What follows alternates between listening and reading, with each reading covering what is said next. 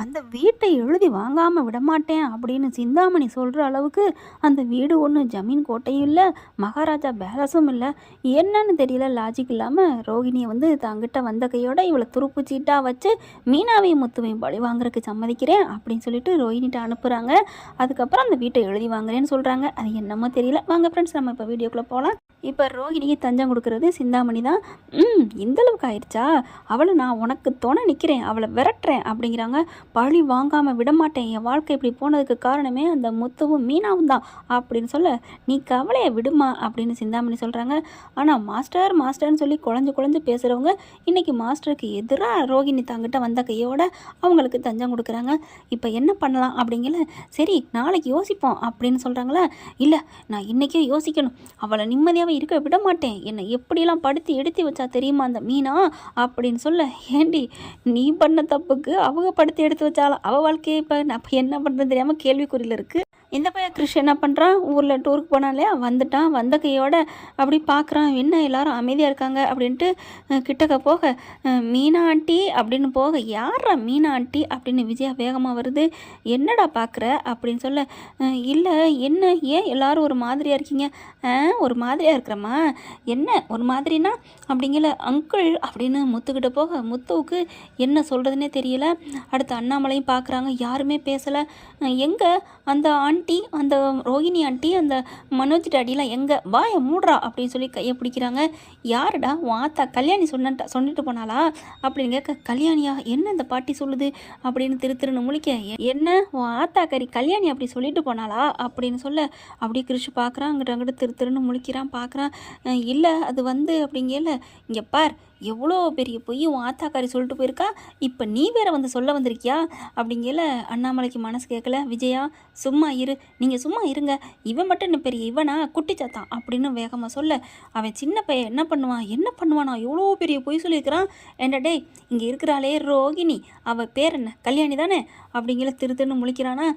அது வந்து பாட்டி, பாட்டிலாம் சொல்லாதா, உண்மையை சொல்லு, அவள் பேர் என்ன அப்படிங்கல.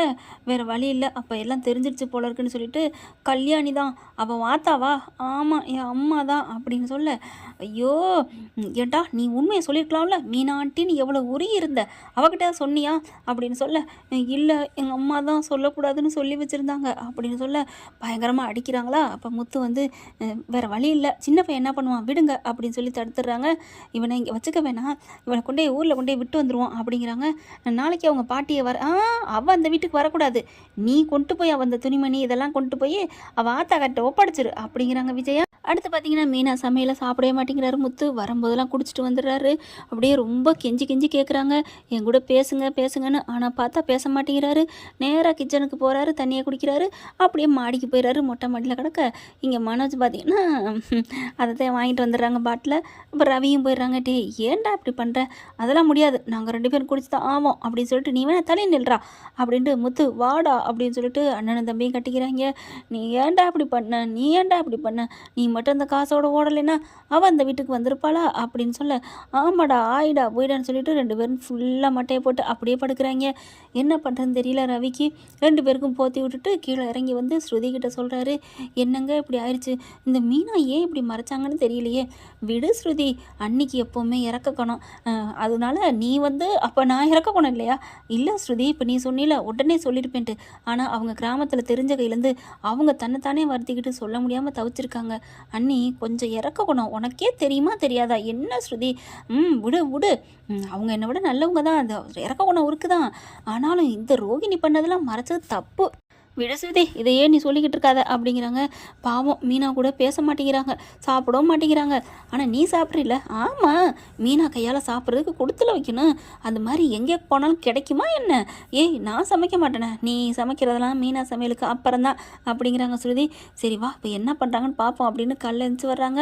பார்த்தா மறுபடியும் மீனா சமைச்சிட்ருக்காங்க. முத்து சாப்பிடவே இல்லை, கிளம்பி போயிடுறாரு. மாமா கிட்ட வந்து எவ்வளோ கெஞ்சுறாங்க, மாமா நான் என்ன மாமா பண்ணேன், நான் நல்லதுக்கு தானே மாமா பண்ணேன் அப்படிங்கிறாங்க. அதுக்கப்புறம் அப்படி திரும்புகிறாரு.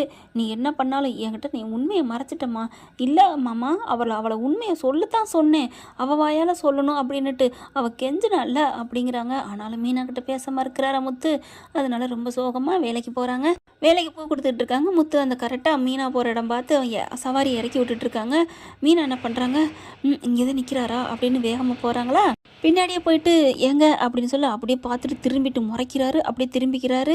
பின்னாடியே போகிறாங்க. எங்க ப்ளீஸுங்க, நான் அப்படி என்னங்க தப்பு பண்ணேன் அப்படிங்கல. கரெக்டாக அங்கே பூ கட்டுறவங்களாம் எல்லாம் இருப்பாங்க இல்லையா.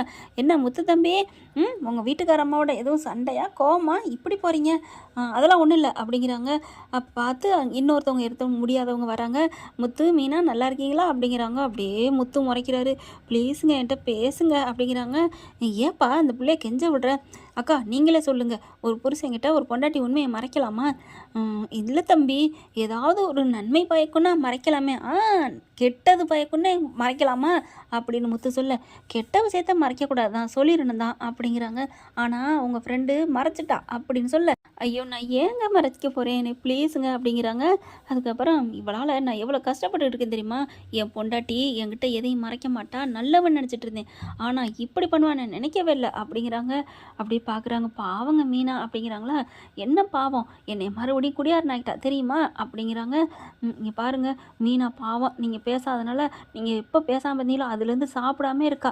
என்னது சாப்பிடலையா அப்படின்னு சொல்லிட்டு திரும்பி பார்க்குறாரு. மீனா அப்படியே ஒரு மாதிரியாக மயங்குறாங்க. மீனா மீனா அப்படின்னு சொல்லிட்டு மயங்கிறாங்களா. அதுக்கப்புறம் தண்ணி தெளிக்கிறாங்க. என்னாச்சு மீனா என்னாச்சு அப்படிங்கல. அவள் 2 நாளாகவே சாப்பிடலை, நீங்கள் பேச மாட்டேங்கிறீங்களாமே, இப்போ கூட ஏதாவது குடிடின்னு சொன்னால் கேட்க மாட்டேன்ட்டா அப்படிங்கிறாங்க. ஆஸ்பத்திரி தூக்கிட்டு போகணுங்கிறாரு முத்து. ஆஸ்பத்திரிக்கெலாம் வேணாம், நீங்கள் ஏதாவது ஜூஸு வாங்கி கொடுங்க, நீங்கள் பேசினாலே அவள் எந்திரிச்சிருவா. மீனா மீனா பாரு அப்படின்னு டக்குன்னு அவங்க போய் ஜூஸை கொண்டாந்து கொடுக்குறாங்க. ஃபஸ்ட்டு தண்ணியை கொடுக்குறாங்க, அப்புறம் ஜூஸை கொடுத்தோன்னே அப்படி கண்ணை முழிச்சு பார்க்குறாங்க. அப்பாடா ஏன் மீனா அப்படின்னு சொல்லிட்டு இருக்கீங்களே, நீங்கள் என்கிட்ட பேசலைன்னா நான் என்னங்க பண்ண முடியும்? நீங்கள் இல்லாமல் நீங்கள் பேசாத வாழ்க்கை எனக்கு வாழ்க்கையா அப்படின்னு சொல்ல, அப்போ தான் பார்க்குறாங்க உண்மையிலே முத்து மீனாவை விட்டுட்டு 3 நாளைக்கு மேலே முழுசாக அவரால் இருக்க முடியாதுங்க. அப்புறமா 2 பேர் கட்டிக்கிறாங்க. சாரி மீனா, நான் அவன் மேலே அந்த கோவத்தில் உடனே நான் கோவமாக நினச்சிட்டேன். ஐயோ அப்படிலாம் இல்லை, நீங்கள் கேட்கணுன்னு அவசியமே இல்லைங்க. நானாக இருந்தாலும் ஒரு விஷயத்தை மறைச்சிட்டேன்னு கோவிக்க தான் செய்வேன். நீங்கள் தப்பே இல்லை, நீங்கள் திட்டுனது என்னை அடித்தா கூட நான் வாங்கிக்கிடுவேன், ஏற்றுக்குவேன். நீங்கள் என்ன வேணாலும் தண்டனை கொடுக்கலாங்க, அதனால நான் உங்களை தப்பாக நினைக்கல. ஆனால் என்னை பேசாமல் மட்டும் இருக்காதீங்க, பேசிக்கிட்டே எவ்வளோ வேணாலும் அடிங்க திட்டுங்க அப்படிங்கிறாங்க. இந்த சமயம் தாங்க ஒரு ட்விஸ்ட் இருக்குது. இங்கே சிந்தாமணி ரோகிணியும் பல திட்டங்கள் திட்டுறாங்க இல்லையா. என்ன பண்ணுறது, இவளை ஏதாவது பண்ணணுமே அப்படின்ட்டு போய் மனோஜை போய் பார்த்து பேசிட்டு வரேன், என்ன கண்டிஷனில் இருக்கான்னு சொல்லிட்டு ஷோரூமுக்கு போகிறாங்க. ஆனால் வாசல்லே நிற்க விடல, துரத்தி விட்றாரு. இந்தளவுக்கு உன் மனசில் நான் இப்படி வில்லி ஆகிட்டேனா அப்படின்னு கேட்க, வில்லி ஆகிட்டல்லடி விஷமாயிட்ட, நீலாம் ஒரு மனுஷியா அப்படிங்கிறாங்க. அப்போ நீ மானிய தேடன்னு கொஞ்சினதெல்லாம் நீ எனக்கு உண்மையாக இருந்தேன்னு கொஞ்சனே, ஆனால் நீ இப்படி இருப்பேன் நான் நினைக்கவே இல்லை அப்படின்னு மனோஜ் விரட்டி விட்றாங்க. வெளியில் வராங்க, அப்படியே அழுகையாக வருது. கரெக்டாக வெளியில் வந்துட்டு என்ன பண்ணுறதுன்னு தெரியாமல் வந்துட்டு இருக்காங்களா. ஆட்டோ பிடிச்சி வந்துட்டு இருக்காங்க. கரெக்டாக இங்கே முத்து மீனா மயங்கி அப்படி இதெல்லாம் பேசிக்கிட்டு இருக்க அப்படியே பார்க்குறாங்க. எல்லாத்தையும் ஆட்டோ விட்டு இறங்கி நீங்கள் போங்கன்னு கட் பண்ணிவிட்டு காசை கொடுத்துட்டு நின்றுக்கிட்டு இருக்காங்க. என்ன பண்ணலாம் அப்படிங்கிற சிந்தாமணி கால் பண்ணுறாங்க. அக்கா என்னக்கா பண்ணலாம் இது 2ஐயும் அப்படிங்கிற, ஒரு திட்டம்லாம் தீட்டிட்டேன், அதுங்களுக்கு ஏதாவது ஒன்று பண்ணணும் அப்படிங்கிறாங்க. என்ன பண்ணலாம் அப்படிங்கிற, நீ வீட்டுக்கு போய் பண்ண முடியுமா? வீட்டுக்கா? என்னக்கா நீங்கள் என்னை விட மாட்டாங்களே? இல்லை, வீட்டுக்கு போயிட்டு அவங்க கார்லேயும் வண்டியிலையும் நான் ஒரு தவறான பொருள் தருவேன், அதை நீ வச்சுட்டு வந்துட்டேன்னா போலீஸ் அள்ளிட்டு போயிடும், குறைஞ்சபட்சம் 6 வருஷம். அப்படியா அப்படிங்கல. வீட்டுக்கு எப்படி போகிறது? என்ன ரோகிணி, வீட்டுக்கு போயிட்டு என்ன பண்ணுற தெரியுமா, என்னை மறுபடியும் வாழ வைங்க, ஏற்றுக்கங்கன்னு சொல்லு. அவள் வீட்டை விட்டு போன்னு கதவை சாத்திடுவாங்க. அப்புறம் அவங்க யாரும் வரமாட்டாங்க, அவங்கள அப்படியே வெளியில் தாப்பா போட்டுட்டு கீழே வந்து அப்படியே அவங்க வண்டியில் வச்சிரு. சூப்பர் அப்படின்னு சொல்லிட்டு, சரி அக்கா அப்படிங்கிறாங்க. இல்லை, இப்போவே நீ வைக்க முன்னால் எங்கே வேணாலும் வை. ஐயோ நான் அவங்கள பார்த்துக்கிட்டு தான் இருக்கேன், அப்போ அவங்க வண்டியில் போய் வைக்கிறியா? வைக்கலாம், ஆனால் எந்திரிச்சு பார்த்துட்டா அங்கே சுற்றி கேமரா இருந்துட்டா அப்படின்னு சொல்ல, சரி விடு அப்படின்னு சொல்லிட்டு இந்த வந்துக்கிட்டு இருக்காங்க, நீ எங்கே நிற்கிற அப்படிங்கிற அந்த அட்ரஸ் சொல்கிறாங்களா. கரெக்டாக வந்துடுறாங்க. இது முத்து மீனாவும் ரொம்ப சந்தோஷப்பட்டு ஒன்று சேர்ந்துடுறாங்க. அதுக்கப்புறம் வா நம்ம வீட்டுக்கு போவோம், மயக்கமாக இருக்கிற, முதல்ல சாப்பிடுவோம், எங்கேயாவது ஹோட்டலுக்கு போமா? இல்லை, வீட்டில் சமைச்சு வச்சது அப்படியே இருக்குது, வாங்க அங்கே போய் சாப்பிடுவோம்னு சொல்லிட்டு கிளம்பி போயிடுறாங்க 2 பேரும். போகிறீங்களா போங்கடி அப்படின்ட்டு கீழே அந்த சிந்தாமணி கொடுத்து விட்ட ஆள் வந்து பொருளை கொடுக்குறான். அதை வாங்கி ஹேண்ட்பேக்கில் வச்சுக்கிறது. அதுக்கப்புறம் ரோஹிணி நேராக வீட்டுக்கு வருதா. வந்து வீட்டுக்குள்ளே வரையில எல்லாரும் உட்காந்து பார்த்துட்ருக்காங்க. இங்கே ரோகிணியை பார்த்தா அங்கே நில்லுடி, எதுக்குடி எங்கடி வந்த, ஏன்டி வந்த, போடி வெளியில் அப்படின்னு இங்கே மிரட்டுறாங்க. ஆண்டி ஆண்டி அப்படிலாம் சொல்லாதீங்க ஆண்டி, மனோஜ் அப்படிலாம் சொல்லாத, என்னை ஏற்றுக்கங்க. யாரடி உன்னை ஏற்றுக்கிறது, அப்படிலாம் சொல்லாதீங்க, என்னை ஏற்றுக்கங்க அப்படின்னு சொல்லிட்டு அப்படியே கக்கன்னு அண்ணியன் மாதிரி சிரிக்குதுங்க.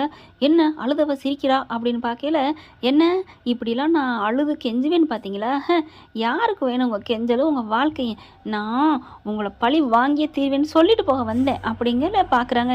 இங்கே பாரு, நீ என்ன வேணால் பண்ணிக்க, இடத்த காலி பண்ணு அப்படிங்கிறாங்க. விஜயாவுக்கு செம்ம கோவம் வருது. விஜயா, என்னடி நீ என்ன பெரிய ஆளுன்னு நினப்பா, என்னது டியா அப்படின்ட்டு அண்ணாமலை பார்க்குறாரு. எல்லாருமே வாயை பொழந்து பார்க்குறாங்க.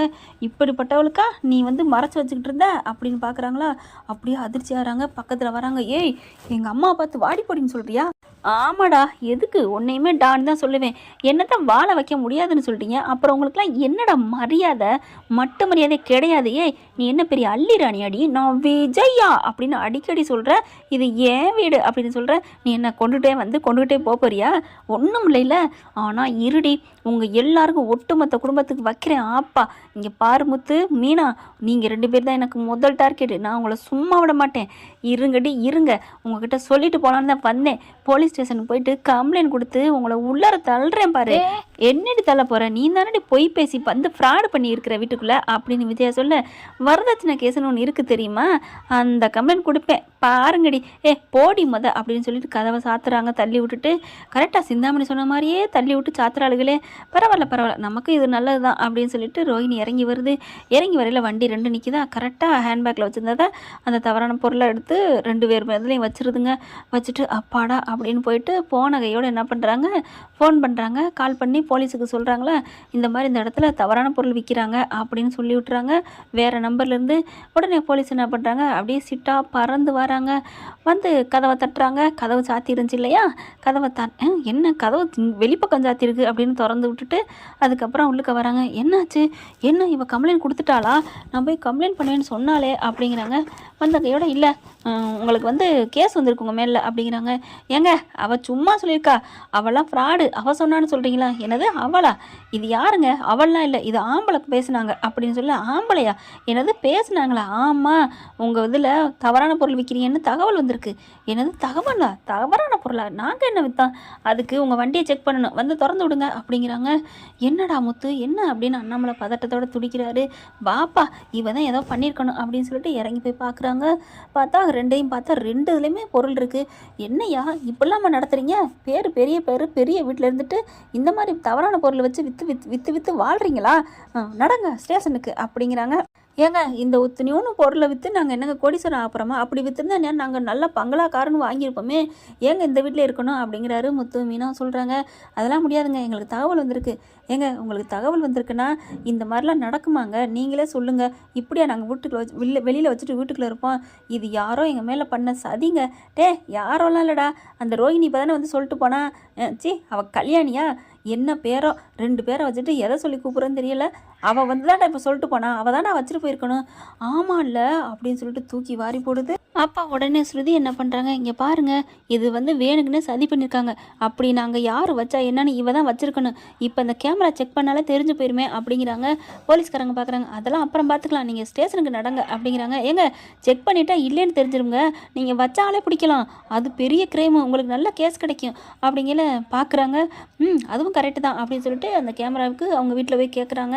அவங்களும் எடுத்து போட்டு காமிக்கிறாங்க. கரெக்டாக ரோஹிணி 2 வண்டியில வைக்குதுங்க. அடி பாவி, இவளுக்கு ஏது சாவி அப்படின்னு பார்க்குறாங்க. இது கள்ளச்சாவி ஏற்கனவே எடுத்து வச்சுருக்குதுங்க, வண்டி சாவியும் எடுத்து வச்சுருக்குது, கார் சாவியும் எடுத்து வச்சுருக்கு. அட்டே அப்பா கில்லாடி தாங்க இந்த பார்லரு. கரெக்டாக பார்த்தா எடுத்து உள்ளார வச்சுட்டு, இன்றைக்கி மாட்டினீங்கடி நீங்கள் அப்படின்ட்டு கரெக்டாக ஃபோன் பண்ணி சொல்லுதுங்க சிந்தாமணிக்கு. இந்த மாதிரி நான் வச்சுட்டேன்க்கா அப்படின்ட்டு. யாருக்கு சொல்லியிருப்பா, வச்சுட்டேன்க்கான்னு சொல்லிட்டு போகிறாளே. மீனா பார்க்குறாங்க, அது அந்த சிந்தாமணியாக தான் இருக்கும், இவளுக்கு வேறு யார் இருக்க போகிறா துணைக்கு அப்படின்னு பேசுகிறாங்க. போதுமா, எங்கள் மேலே எந்த தப்பு இல்லைங்கிறது தெரியுமா அப்படிங்கிறாங்க. கரெக்டுமா, நாங்கள் போய் பார்த்துக்குறோம் அப்படிங்கல. கண்டிப்பாக அந்த அவள் வீட்டில் தான் இருப்பான்னு சிந்தாமணி அட்ரஸை சொல்கிறாங்க. அங்கே நேராக போலீஸ் போகுது. அங்கே பார்த்தீங்கன்னா ரோஹிணிக்கும் சிந்தாமணிக்கும் சந்தோஷம் தாங்கலை. அப்படியே வாங்கி அந்த பொருள்களை வச்சுக்கிட்டு தின்னுக்கிட்டு இருக்குதுங்க. அப்படியே பிரியாணி தின்னுட்டு இருக்காங்க. இந்நேரம் எப்படியும் கைது பண்ணிடுவாங்க அப்படிங்கிற சந்தோஷத்தில். ஆனால் போலீஸ் போயிட்டு அப்படியே கொத்த அழுறாங்க. கரெக்டாக விஜயாவும் பின்னாடியே போயிடுது. ஏண்டி பாவி சண்டாளி, என் குடும்பத்தை கெடுக்கிறக்கு நான் அப்படி வந்தேன் அப்படின்னு சொல்லிட்டு தலைமுடியோட கொத்த அழுறாங்க. சிந்தாமணி பார்க்குது, நீ போ, நான் எப்படி உன்னை காப்பாற்றினேன், வெளியே எடுத்துகிட்டு வந்துடுவேன், இதெல்லாம் ஒரு பெரிய மேட்ரா அப்படிங்குது. ஆனாலும் இப்படிலாம் போகலாம் தான், ஒவ்வொரு இதுலேயும் எப்படியாவது தப்பிச்சு வரும். ஆனால் இன்னொரு பெரிய டானுக்கெல்லாம் டான் அப்படிங்கிற மாதிரி ரோகிணி வரப்போகிறாங்க. இந்த குமரனோட தெய்வ மகள்னு ஒரு நாடகத்தில் இருந்தாங்க பார்த்தீங்களா அந்நியாரே, அதே மாதிரி தான் இப்போ இந்த கதை வந்துட்டு இருக்குது. வீட்டை விட்டு விரட்டி போட்டாச்சு, அடுத்து ஒரு கல்யாணம் மனோஜுக்கு நடக்கத்தான் போகுது. இவங்க பெரிய வில்லியாகி என்னென்ன பழி வாங்க போகிறாங்க. ஆனால் இன்னைக்கு கதை சுவாரஸ்யமாக சூடு பிடிக்கத்தாங்க போகுது. இப்போ நம்ம ஒரு பகுதி தான் சொல்லியிருக்கோம், அடுத்து போக போக இன்னும் என்னென்ன முத்து மீனா பழி வாங்க பண்ண போகிறாங்கிறத பொறுத்திருந்து பார்க்கலாம் ஃப்ரெண்ட்ஸ். தேங்க்யூ. இந்த வீடியோ உங்களுக்கு பிடிச்சிருந்தா தயவு செய்து லைக் பண்ணுங்க. இன்னும் அப்டேட்ஸ்க்காக சேனலை சப்ஸ்கிரைப் பண்ண மறக்காதீங்க. நம்ம கிட்ட இருக்க எல்லா சேனல்ஸோட லேட்டஸ்ட் வீடியோ அப்டேட்ஸ்க்காக மேல ரைட் சைடுல காட்டுற லிங்கை கிளிக் பண்ணி வாட்ஸ்அப் குரூப்ல ஜாயின் பண்ணுங்க. உங்களிடம் விடைபெறுவது நான் உங்கள் மெஹர்.